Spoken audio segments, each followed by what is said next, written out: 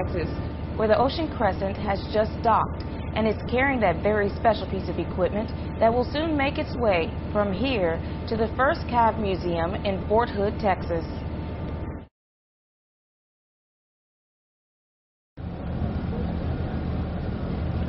This was the scene mid-December last year.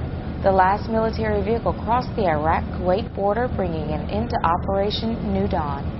Months later, the mine-resistant ambush-protected, or MRAP, vehicle that was the last to cross the border has made it back home to American soil. The troops and civilians of the 842nd Transportation Battalion, along with the crew of the Ocean Crescent, are proud to be a part of this historical event.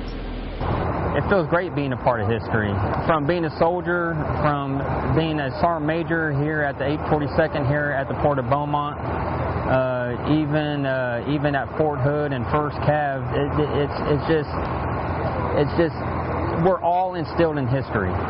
We have a long, proud history, and it's just great to be part of it. From Iraq to Kuwait to the Port of Beaumont and finally home. The journey for the MRAP has been a long and successful one, but the importance of the journey is what will live on in history. Well, several things that make it historical. Obviously, being the last 1st CAD Division vehicle to leave Iraq makes it very historically significant to the division itself. You know, we've spent a lot of time in Iraq over the last 12 years, and so this is a historically significant event for us. But also for the Army, it is a historically significant event or vehicle because that it is the only MRAP that is in the Army Historical Collection.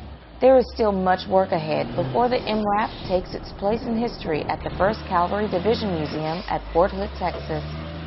What we'll be doing first off is getting the vehicle prepared for display. We'll be removing a lot of the fuel and other liquids out of it.